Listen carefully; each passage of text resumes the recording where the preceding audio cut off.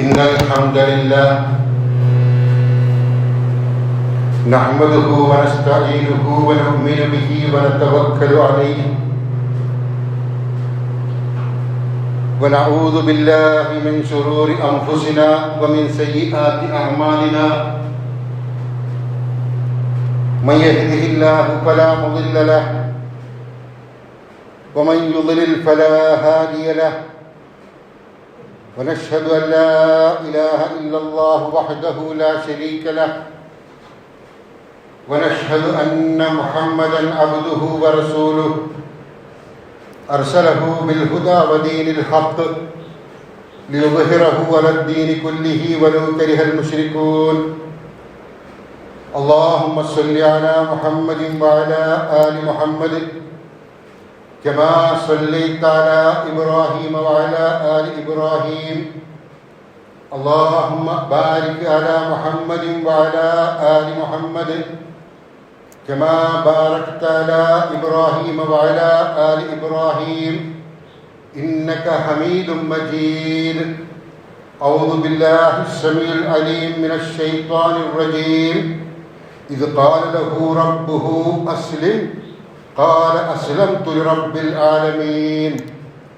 بسم الله الرحمن الرحيم يا أيها الذين آمنوا اتقوا الله حق تقاته ولا تموتن إلا وأنتم مسلمون إن أريد إلا الإصلاح ما استطعت وما توفيقي إلا بالله عليه توكلت وإليه أنيب رب اشرح لي صدري ويسر لي أمري واحلل عقدة من لساني يفقهوا قولي.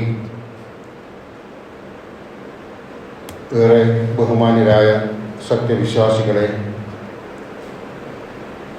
കരുണാവാരിധിയായ അള്ളാഹുവിൻ്റെ നിയമനിർദ്ദേശങ്ങൾക്കനുസരിച്ച്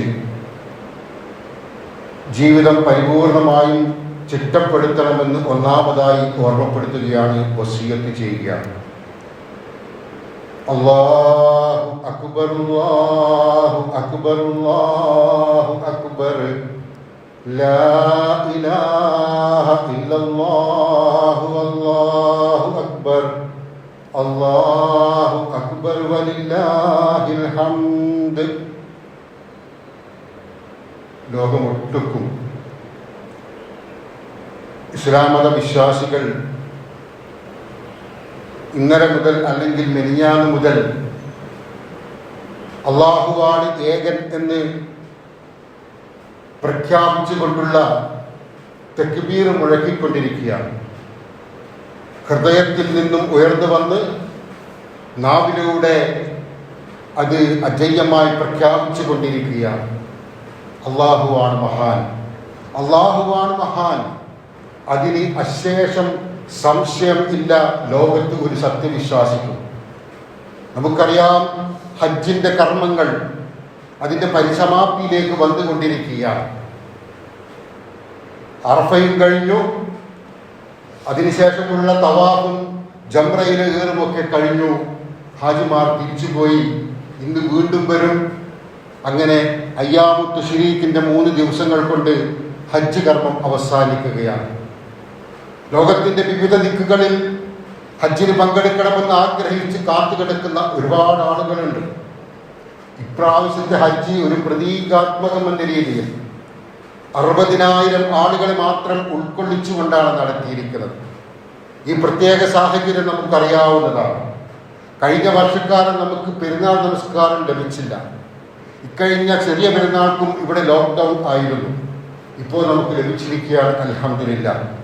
ഈ സാഹചര്യം നമ്മൾ തിരിച്ചറിയണം. ദുനിയാവ് എന്നുള്ളത് നമ്മൾ ആഗ്രഹിക്കുന്നത് പോലെയോ നമ്മൾ ഇഷ്ടപ്പെടുന്നത് പോലെയോ അല്ല എന്നുള്ളതിൻ്റെ ഏറ്റവും വലിയ തിരിച്ചറിവാണ് ഈ 1-2 വർഷമായി ഈ ലോകം മുഴുക്കെ അനുഭവിച്ചു കൊണ്ടിരിക്കുന്നത്. ഏറ്റവും വലിയവരെന്ന് ഉദ്ഘോഷിക്കുന്ന ആളുകൾ വരെ, ഏറ്റവും ശക്തരായ രാജ്യമെന്ന് വിശേഷിപ്പിക്കപ്പെടുന്ന രാജ്യങ്ങൾ വരെ നിസ്സഹായരായി പോകുന്ന, ഇരുട്ടിൽ ഒളിച്ചു പോകുന്ന അവസ്ഥ വന്ന് അനുഭവിച്ചിരിക്കുകയാണ്. പിടികിട്ടാത്തൊരവസ്ഥയിൽ മനുഷ്യൻ ഉയരുകയാണ്. എന്തൊക്കെയാണ് താറുമാറായിരിക്കുന്നത്? ലോകത്തിന്റെ സമ്പത്ത് വ്യവസ്ഥ അടക്കം താറുമാറായി പോയി. തൊട്ടൊപ്പം നിൽക്കുന്ന മനുഷ്യൻ മരിച്ചു വീഴുന്നത് നിത്യേന എന്നോണം നമ്മൾ കണ്ടുകൊണ്ടിരിക്കുന്നു. പ്രായം അതിലൊരു കാരണമേ ആകുന്നില്ല. അപ്പം മനുഷ്യൻ എന്ന രീതിയിൽ നമ്മൾ അഹങ്കരിക്കാൻ പാടില്ല എന്ന അള്ളാഹുവിന്റെ ശക്തമായ താക്കീത് ഒരിക്കൽ കൂടി നമ്മെ ബോധ്യപ്പെടുത്തിക്കൊണ്ടിരിക്കുകയാണ്. പ്രവാചകൻ ഇബ്രാഹിം നബി അലൈഹിസ്സലാമയുടെ ചരിത്രം നമ്മെ പഠിപ്പിക്കുന്ന ഒരുപാട് കാര്യങ്ങളുണ്ട്. ഇബ്രാഹിം നബി അലൈഹിസ്സലാമിന്റെ ജീവിതം തന്നെ സമർപ്പണത്തിന്റെ ജീവിതമായിരുന്നു. അള്ളാഹുവിന്റെ കൽപ്പനകൾ ഓരോന്നോരോന്നായി വന്നു ഭവിക്കുകയാണ്. അതൊക്കെയും സന്തോഷപൂർവ്വം ഏറ്റെടുത്തുകൊണ്ട് അതിൽ ഉറച്ചു നിന്നുകൊണ്ട് ഈ വിശുദ്ധമായ ആദർശത്തിന് വേണ്ടി ജീവിക്കുകയും പോരാടുകയും ചെയ്യുകയായിരുന്നു ഇബ്രാഹിം നബി അലൈഹിസ്സലാം. ഇബ്രാഹിം നബി അലൈഹിസ്സലാമിനെ കുറിച്ച് വിശുദ്ധ ഖുർആൻ സൂചിപ്പിക്കുന്നു, ഖുൽ ഇന്നനി ഹദാനി റബ്ബി ഇലാ സിറാത്തിൻ മുസ്തഖീം ഇലാ സിറാത്തിൻ മുസ്തഖീം ദീനൻ ഖിയമൻ മില്ലത ഇബ്രാഹിമ ഹനീഫ വമാ കാന മിനൽ മുശ്രിക്കീൻ. തീർച്ചയായും എന്റെ രക്ഷിതാവ് എന്നെ നേരായ പാതയിലേക്ക് നയിച്ചിരിക്കുന്നു. വക്രതയില്ലാത്ത, കൃത്രിമത്വമില്ലാത്ത, പോരായ്മകളില്ലാത്ത മതത്തിലേക്ക് അള്ളാഹു എന്നെ ചലിപ്പിച്ചിരിക്കുന്നു. അതാണ് നേരായ മാർഗം. എന്നിട്ട് പറയുകയാണ്, നേർമാർഗത്തിൽ നിലകൊണ്ട ഇബ്രാഹീമിന്റെ ആദർശത്തിലേക്ക്. ഇബ്രാഹിം നബിയുടെ ആദർശം എന്നുള്ളത് ചൊവ്വായ ആദർശമാണ്. ആ ആദർശത്തിലേക്ക് എനിക്ക് അല്ലാഹു പാത കാട്ടി തന്നിരിക്കുന്നു എന്ന് പ്രവാചകൻ സല്ലല്ലാഹു അലൈഹി വസല്ലം പറയുകയാണ്. തുടരുന്നു, ഖുൽ ഇന്ന സ്വലാത്തി വനുസുകി വമഹ്യായ വമമാതി ലില്ലാഹി റബ്ബിൽ ആലമീൻ. പറയുക, തീർച്ചയായും എൻ്റെ പ്രാർത്ഥനയും എൻ്റെ ആരാധനാ കർമ്മങ്ങളും അല്ല, എൻ്റെ ജീവിതവും എൻ്റെ മരണവും അത് അള്ളാഹുവിന് വേണ്ടിയാണ്, ലോകരക്ഷിതാവായ അള്ളാഹുവിന് വേണ്ടിയാണ്. എന്നെ ജനിപ്പിച്ചത് അള്ളാഹുവാണ്, എന്നെ മരിപ്പിക്കുന്നത് അള്ളാഹുവാണ്, ദുനിയാവിലെ എനിക്ക് ജീവിക്കാൻ ആവശ്യമായ സൗകര്യങ്ങളൊക്കെ ഒരുക്കി തന്ന അള്ളാഹുവാണ്. ആ അള്ളാഹുവിന് വേണ്ടി ഞാൻ സമർപ്പിച്ചിരിക്കുകയാണ് ജീവിതമെന്ന് സത്യവിശ്വാസികൾ പ്രഖ്യാപിക്കണം. ഇബ്രാഹിം നബിയുടെ പാത അതായിരുന്നു. ആ പാതയിലേക്ക് തിരിച്ചു വരണമെന്നാണ് മുഹമ്മദ് നബി സല്ലല്ലാഹു അലൈഹി വസല്ലം നമ്മോടായി കൽപ്പിച്ചിരിക്കുന്നത്. തുടരുന്നു, ലാ ശരീക ലഹു വബിദാലിക ഉമിർതു വഅന അവ്വലുൽ മുസ്ലിമീൻ. അവന് ഒരു പങ്കുകാരനുമില്ല. പങ്കുകാരനുള്ള അല്ലാഹുവല്ല, ദൈവമല്ല ലോകത്തെ നിയന്ത്രിക്കുന്നത്. പങ്കുകാരാൽ ദൈവത്തെ കുറിച്ചുള്ള ധാരണകൾ വക്രീകരിക്കപ്പെട്ടുകൊണ്ടിരിക്കുന്ന ഒരു ലോകത്താണ് നാം ജീവിക്കുന്നത്. അള്ളാഹു എന്നുള്ളത് മഹാശക്തിയും മഹാകാരുണ്യവാനുമാണ് എന്ന സത്യത്തെ തിരിച്ചറിയാതെ അവഗണിച്ചുകൊണ്ട് പങ്കുകാരെ ചേർത്തുകൊണ്ട് അള്ളാഹുവിന്റെ തൃപ്തിക്ക് വേണ്ടി പലരെയും കണ്ടെത്തിക്കൊണ്ട് അവർക്ക് വേണ്ടി ആരാധനകൾ അങ്ങോട്ട് വഴിമാറിപ്പോകുന്ന ദുരവസ്ഥ ലോകത്ത് കണ്ടുകൊണ്ടിരിക്കുകയാണ്. അതിനെ ലോകത്തും കണ്ടുകൊണ്ടിരിക്കുകയാണ്. ജനങ്ങൾ നിറഞ്ഞു കവിഞ്ഞ് അതിന്റെ പിന്നാലെയാണ്. അത് ശരിയല്ല കേട്ടോ. അള്ളാഹുവിന് പങ്കുകാരില്ല കേട്ടോ. നമ്മുടെ ഹൃദയം അറിയുന്ന അള്ളാഹു, നമ്മുടെ ചോദനകൾ അറിയുന്ന അള്ളാഹു, നമ്മുടെ ചിന്തകൾ അറിയുന്ന അള്ളാഹു, ആ അള്ളാഹുവിന് മാത്രമേ ആരാധന അർപ്പിക്കാവൂ എന്ന ശക്തമായ താക്കീത് ഖുർആൻ പറയുകയാണ്. തുടരുന്നു, വഅന അവ്വലുൽ മുസ്ലിമീൻ. കീഴ്പ്പെടുന്നവരിൽ, മുസ്ലിങ്ങളുടെ കൂട്ടത്തിൽ ഞാൻ ഒന്നാമനാണ്. ഒന്നാമത്തെ ആളായി, അവസാനത്തെ ആളല്ല, പടിപടിയായി നിൽക്കുന്ന ക്യൂവിലെ ഏതെങ്കിലും ഒരു സ്ഥാനത്ത് കയറുന്നില്ല. ഒന്നാമത്തെ ആളായിക്കൊണ്ട് തന്നെ ഓരോരുത്തരും ജീവിക്കണമെന്ന താക്കീതാണ് ഖുർആൻ നൽകിയിരിക്കുന്നത്. ഖുർആൻ തുടരുന്നു, വമൻ യർഗബു അൻ മില്ലത്തി ഇബ്രാഹിമ ഇല്ലാ മൻ സഫിഹ നഫ്സഹു. സ്വന്തം ആത്മാവിനെ മൂഢമാക്കിയവനല്ലാതെ മറ്റാരാണ് ഇബ്രാഹിമിന്റെ മാർഗത്തോട് അസഹിഷ്ണുത കാണിക്കുക? സ്വന്തം ആത്മാവിനെ കണ്ടറിയാത്തവർക്ക് മാത്രമേ, വിശുദ്ധമായ ചിന്തയിലൂടെ പ്രയാണം തുടരാൻ തയ്യാറല്ലാത്തവർക്ക് മാത്രമേ ഇബ്രാഹിമിനെ നിഷേധിക്കാൻ കഴിയൂ.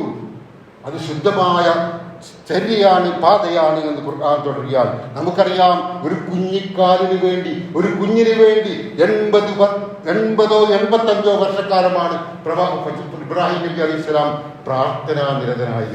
ഒരു മടുപ്പുമുണ്ടായില്ല. എത്ര കാലായി പ്രാർത്ഥിക്കുന്നു, നമ്മളൊക്കെ ചിന്തിക്കാറുണ്ട്. എത്ര കാലായി പ്രാർത്ഥിക്കുന്നു, നടക്കുന്നില്ലല്ലോ, അള്ളാഹു കേൾക്കുന്നില്ലല്ലോ എന്ന് നമ്മളൊക്കെ വേഗത കൊള്ളാറുണ്ട്.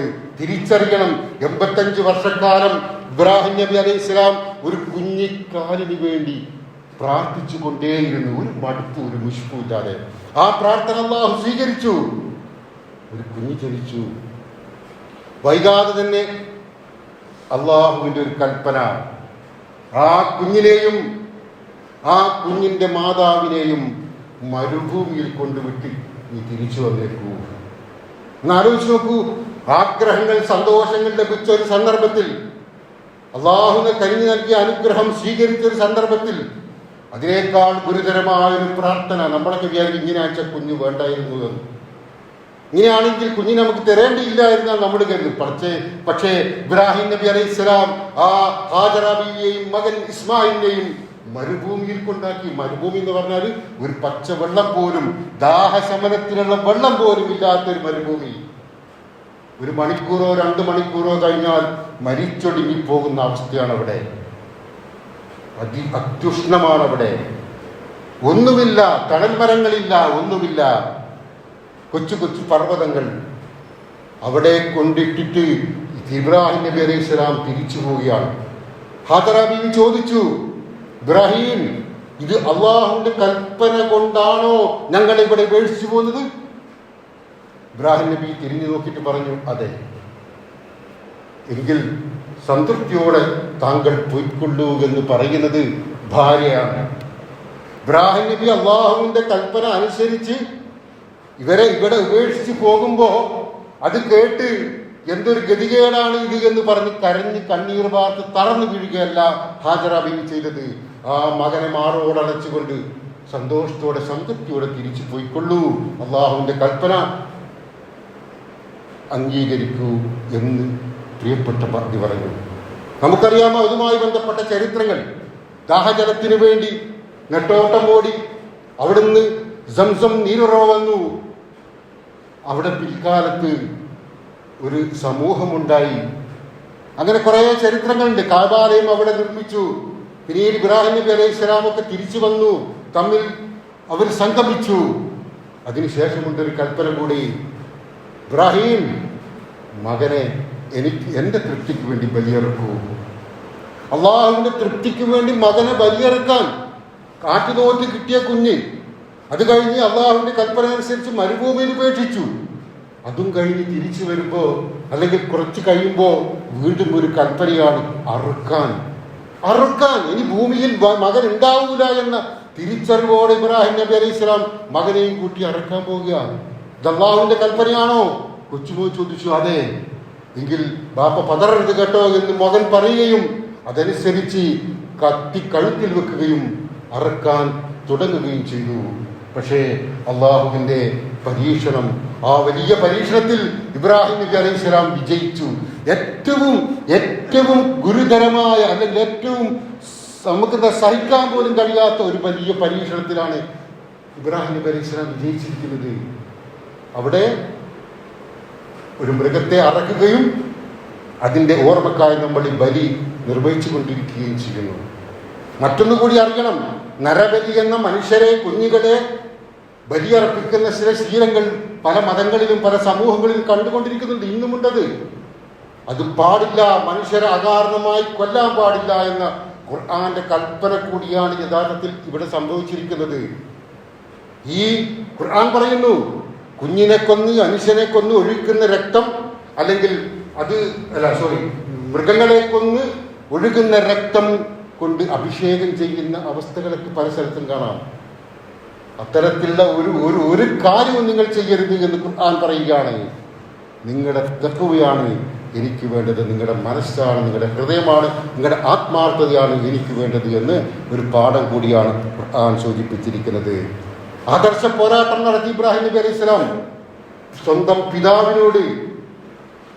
പിതാവിനോട് നമ്രൂദ് എന്ന അവിടുത്തെ രാജാവിനോട് കൊന്നുകളയും എതിർത്ത് പറഞ്ഞാൽ പോരാടി ഇബ്രാഹിം നബി അലൈഹി സ്വലാം. ഇബ്രാഹിം നബി അലൈഹി സ്വലാമിനെ തീയിലേക്ക് വലിച്ചെറിഞ്ഞു. കരിഞ്ഞു പോകുമെന്ന അവസ്ഥയിൽ നിന്ന് പോലും അള്ളാഹു ഇബ്രാഹിം നബി അലൈഹി സ്വലാമിനെ രക്ഷിച്ചു.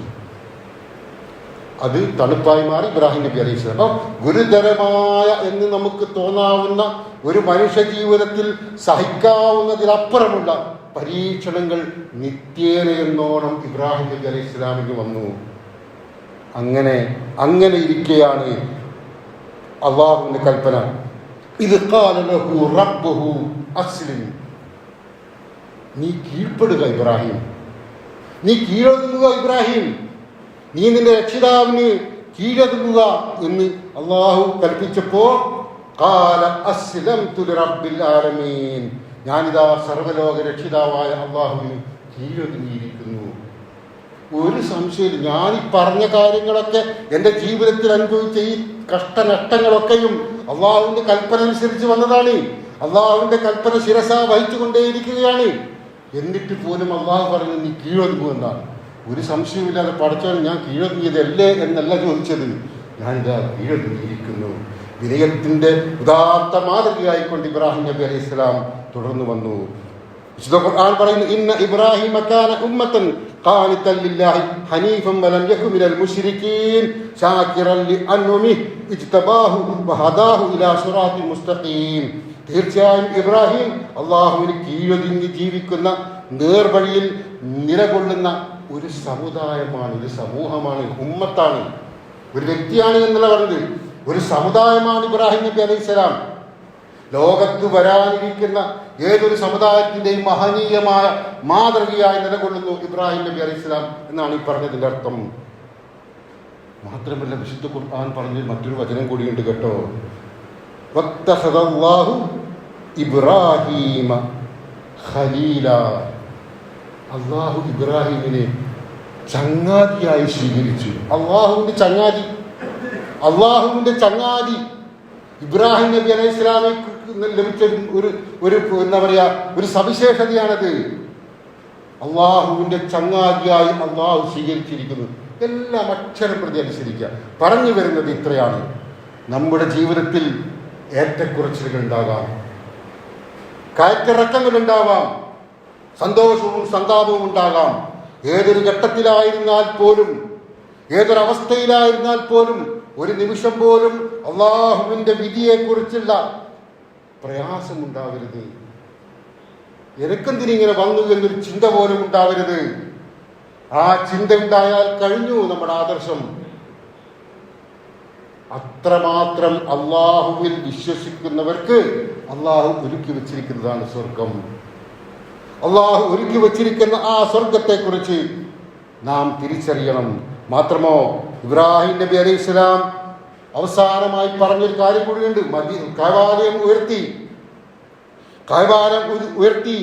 ഇത് യർഫഉ ഇബ്രാഹിമുൽ ഖവായിദ മിനൽ ബൈത്തി വഇസ്മാഈലു റബ്ബനാ തഖബ്ബൽ മിന്നാ ഇന്നക അൻതസ് സമീഉൽ അലീം. ഇബ്രാഹിം ഇസ്മായിലും കൂടി ആ ഭവനം അതിന്റെ അടിത്തറ കെട്ടി ഉയർത്തിക്കൊണ്ടിരിക്കുന്ന സന്ദർഭം. എന്നിട്ട് കൈകൾ ഉയർത്തി ഇബ്രാഹിം നബി പ്രാർത്ഥിക്കുന്നതാണ്, റബ്ബേ ഞങ്ങളിൽ നിന്ന് നീ ഇത് സ്വീകരിക്കണമേ. ഒന്ന് ആലോചിച്ച് നോക്കണം നിങ്ങൾ. ഒരുപാട് പരീക്ഷണങ്ങൾ തന്റെ ആയുസ് മുഴുക്കെ ലഭിച്ചിട്ട് കീഴടങ്ങി തന്നെയാണ് ഞാൻ ജീവിക്കുന്നത് എന്ന് അള്ളാഹുവിനോട് അള്ളാഹുവിന്റെ ചോദ്യത്തിന് ഉത്തരമായി നൽകിയിട്ട് എന്നിട്ടും പറയുകയാണ്, പടച്ചോനെ എൻ്റെ ഈ പ്രവർത്തനം നീ സ്വീകരിക്കണേ, പടച്ചോനെ എൻ്റെ പ്രവർത്തനം നീ സ്വീകരിക്കണേ. അപ്പൊ വിശ്വാസികൾ എന്ന രീതിയിൽ അഹങ്കരിക്കാൻ നമുക്കൊന്നുമില്ല. നമ്മൾ ചെയ്യുന്ന സുഹൃതങ്ങൾക്കൊക്കെ നാളെ പ്രതിഫലം തരുന്നത് അള്ളാഹുവിന്റെ ഔദാര്യമാണ്, തിരിച്ചറിയണം. ഈ പ്രപഞ്ചം അള്ളാഹുവിൻ്റെതാണ്. ഈ ഭൂമിയിൽ നമുക്ക് വേണ്ടി ഒരുക്കിപ്പെട്ട സൗകര്യങ്ങളൊക്കെ അള്ളാഹുവിന്റെ ഔദാര്യമാണ്. ആ ഔദാര്യത്തിന്റെ ഭാഗത്താണ് നമ്മൾ ഇവിടെ ജനിച്ചത്. ആ ഔദാര്യം തിരിച്ചു പറഞ്ഞുകൊണ്ട് വിനയത്തിന്റെയും ഉദാത്ത മാതൃകയായിക്കൊണ്ട് ജീവിക്കണമെന്നാണ് പ്രവാചകൻ ഇബ്രാഹിം നബി അലൈഹി സ്വലാമിന്റെ ചരിത്രം നമ്മെ ബോധിപ്പിക്കുന്നത്. അവസാനിപ്പിക്കുകയാണ്. പ്രിയപ്പെട്ട സഹോദരന്മാരെ, വഇദാ ഖളൈതും മനാസികകും ഫദ്കുറുല്ലാഹ കദിക്രികും ആബാഅകും ഔ അശദ്ദ ദിക്റാ. ഹജ്ജ് കർമ്മം പൂർത്തിയായി. ഹജ്ജ് കർമ്മം എന്ന് പറഞ്ഞാൽ ഈ ഹജ്ജ് കർമ്മം നിർവഹിച്ച ഒരാളെ സംബന്ധിച്ചിടത്തോളം പ്രവാചകൻ സല്ലല്ലാഹു അലൈഹി വസല്ലം പറഞ്ഞു, ഒരു ഉമ്മ പെറ്റ കുഞ്ഞിന്റെ പരിശുദ്ധിയോടെയാണ് അവൻ ഹജ്ജ് കർമ്മം കഴിഞ്ഞ് തിരിച്ചു വരുന്നത്. പരിപൂർണമായി ശുദ്ധൻ, ഒരു കളങ്കവുമില്ല, ഒരു കറയുമില്ല. അത്രമാത്രം ശുദ്ധീകരിക്കപ്പെടുന്ന ഒരു അവസ്ഥയിലായിരിക്കും ഹജ്ജ് കർമ്മം നിർവഹിച്ചു വരുന്ന ആള്. ആ ആളോട് പറയാണ് കേട്ടോ ഖുർആൻ സൂറത്തുൽ ബഖറയിൽ 200-ാമത്തെ ആയത്ത്, ഫഇദാ ഖളൈതും മനാസികകും ഫദ്കുറുല്ലാഹ കദിക്രികും ആബാഅകും ഔ അശദ്ദ ദിക്റാ. നിങ്ങൾ ഹജ്ജ് കർമ്മം നിർവഹിച്ചു. അത് കഴിഞ്ഞിട്ട് നിങ്ങൾ നിങ്ങളുടെ പിതാക്കളെ പ്രകീർത്തിച്ചിരുന്നത് പോലെയോ അതിനേക്കാൾ ശക്തമായ നിലയിലോ അള്ളാഹുവെ നിങ്ങൾ പ്രകീർത്തിച്ചു കൊണ്ടിരിക്കുക. ഹജ്ജ് കർമ്മം എന്താണ്? അള്ളാഹുവിനുള്ള പ്രകീർത്തനമാണ്, അള്ളാഹുവിനുള്ള സമർപ്പണമാണ്. ദുനിയാവിലെ ഒരു കാര്യവും നമ്മൾ അവിടെ നിന്ന് ചിന്തിക്കാറില്ല, നമുക്ക് ചിന്തിക്കാൻ കഴിയില്ല. എന്നിട്ട് പോലും പറയുന്നത് ഇതൊക്കെ കഴിഞ്ഞ് തിരിച്ചു വരുമ്പോൾ ശുദ്ധപ്രകൃതിയായ ഒരു കുഞ്ഞിന്റെ നിഷ്കളങ്കതയോടെ തിരിച്ചു വരുന്ന ഹാജിയോട് പറയുകയാണ്, ഇനിയും കൂടുതലായി അള്ളാഹുവിനെ പ്രകീർത്തിച്ചു കൊണ്ടിരിക്കണം കേട്ടോ, മറന്നുപോകരുത് എന്ന്. ആലോചിക്കണം ഒരു വിശ്വാസി എത്രമാത്രം ഇസ്ലാമിന് ആദർശത്തിന് സമർപ്പിക്കണം എന്നതിന്റെ തിരിച്ചറിവ് കൂടിയാണിത്. അള്ളാഹു നമ്മെ കാത്തുരക്ഷിക്കുമാറാവട്ടെ. കരുണാമനാനാഥ, ഞങ്ങളുടെ പാപങ്ങളൊക്കെ നീ പുറത്ത് മാപ്പാക്കി തരണേ നാഥ. അറിഞ്ഞും അറിയാതെയും ഞങ്ങളിൽ നിന്ന് വന്നുപോയ പാപങ്ങളൊക്കെ നീ പുറത്തു തരണമേ നാഥ. ചെറുതും വലുതുമായ പാപങ്ങൾ നീ പുറത്തു തരണമേ നാഥ. ഞങ്ങളുടെ മാതാപിതാക്കൾക്ക് നീ അനുഗ്രഹം വർഷിക്കണമേ നാഥ. ഞങ്ങളിൽ നിന്ന് പിരിഞ്ഞുപോയ മാതാപിതാക്കൾക്ക് നീ മഗ്ഫിറത്ത് നൽകണമേ നാഥ. അവരിൽ നിന്ന് വന്ന വീഴ്ചകൾ നീ പുറത്തു കൊടുക്കണമേ നാഥ. അവരെയും ഞങ്ങളെയും നീ സ്വർഗത്തിൽ ഒരുമിച്ച് കൂട്ടിത്തരണമേ നാഥ. ഞങ്ങളിൽ നിന്ന് പിരിഞ്ഞുപോയ ഞങ്ങളുടെ പ്രിയപ്പെട്ട ഇണകൾ, മക്കൾ, ഞങ്ങളുടെ സഹോദരങ്ങൾ, ബന്ധുക്കൾ, സുഹൃത്തുക്കൾ, റബ്ബേ അവർക്കൊക്കെയും നീ നിന്റെ മഹാകാരണം നൽകണമേ നാഥ. അവർക്ക് നീ പുറത്തു കൊടുക്കണമേ നാഥ. അവരിൽ നിന്നും വന്നുപോയ പാപങ്ങളൊക്കെ നീ പുറത്തു കൊടുക്കണമേ നാഥ. റബ്ബേ കടുത്ത പരീക്ഷണങ്ങളെ തൊട്ട് ഞങ്ങളെ നീ കാത്തിരക്ഷിക്കണമേ നാഥ. ഇന്ന് കഴിയും നാളെ കഴിയുമെന്ന് കരുതി കാത്തിരിക്കുകയാണ് റബ്ബേ. ഈ പ്രതിസന്ധി ജീവിതം തന്നെ വഴിമുട്ടി നിൽക്കുകയാണ് റബ്ബേ. അള്ളാഹുവേ, നീയാണ് പരിഹാരം തരേണ്ടവൻ, നീയാണ് പരിഹാരം സുരക്ഷിത്വം തരേണ്ടവൻ. റബ്ബേ, നീ സുരക്ഷിത്വം തരയണമേ നാഥ. സമാധാനം നൽകണമേ നാഥ. ഈ പരീക്ഷണങ്ങളിൽ നിന്ന് ഞങ്ങൾക്ക് മോചനം നിറയണമേ നാഥ. അപകടങ്ങൾ, ദുരന്തങ്ങൾ, ആശുപത്രിയിൽ കഴിഞ്ഞുകൂടുന്ന പ്രയാസകരമായ അവസ്ഥകൾ പോലുള്ള ഗുരുതരമായ പരീക്ഷണങ്ങളെ തൊട്ട് റബ്ബേ നീ ഞങ്ങളെ കാത്തിരക്ഷിക്കണമേ നാഥ. ഞങ്ങളുടെ കുടുംബത്തെ, സത്യവിശ്വാസികളെ, ഈ നാടിനെ, ഈ രാജ്യത്തെ ഒക്കെ നീ സംരക്ഷിക്കണമേ നാഥ. ഏത് പ്രതിസന്ധിയിലും ഞങ്ങൾക്കും ഞങ്ങളുടെ മക്കൾക്കും ഞങ്ങളുടെ കുടുംബത്തിനും സമൂഹത്തിനുമൊക്കെ വിശ്വാസത്തിൽ ഉറച്ചു നിന്നുകൊണ്ട് ജീവിക്കാനുള്ള തൗഫീഖ് നീ തരയണമേ നാഥ. ഇസ്ലാമിനെ തെറ്റിദ്ധരിപ്പിക്കുന്ന കുതന്ത്രവാദികളുടെ കുതന്ത്രങ്ങളെ നീ തകർക്കണമേ നാഥ. നീ ഇല്ലാതാക്കണമേ നാഥ. മുസ്ലിം ലോകത്ത് പീഡനം അനുഭവിക്കുന്ന മുസ്ലിങ്ങൾക്ക് നീ സുരക്ഷിതത്വവും സംരക്ഷണവും നൽകണമേ നാഥ. ഇസ്ലാമിനെ തെറ്റിദ്ധരിപ്പിക്കുന്നവരുടെ കൂട്ടത്തിൽ ഞങ്ങളെയോ ഞങ്ങളുടെ തലമുറയെയോ നീ ഉൾപ്പെടുത്തരുതേ നാഥ. റബ്ബനാ ആതിനാ ഫിദ്ദുനിയാ ഹസന വഫിൽ ആഖിറതി ഹസനത വഖിനാ അദാബന്നാർ. അല്ലാഹുമ്മ ഗ്ഫിർ ലിൽ മുഅ്മിനീന വൽ മുഅ്മിനാത്ത് വൽ മുസ്ലിമീന വൽ മുസ്ലിമാത്ത് വൽ അഹ്യാഇ മിൻകും വൽ അംവാത് ഇന്നക മുജീബുദ് ദഅവാതി വയാ ഖാദിയൽ ഹാജാത്ത്. റബ്ബനാ ലാ തുസിഗ് ഖുലൂബനാ ബഅദ ഇദ് ഹദൈതനാ വഹബ് ലനാ മിൻ ലദുൻക റഹ്മ ഇന്നക അൻതൽ വഹ്ഹാബ്. അല്ലാഹുമ്മ അഹീനാ ലിൽ കിതാബി വസ്സുന്നah وأمتنا مع الإيمان والتوبة. ربنا اغفر لنا ذنوبنا وإسرافنا في أمرنا وثبت أقدامنا وانصرنا على القوم الكافرين. آمين آمين برحمتك يا أرحم الراحمين.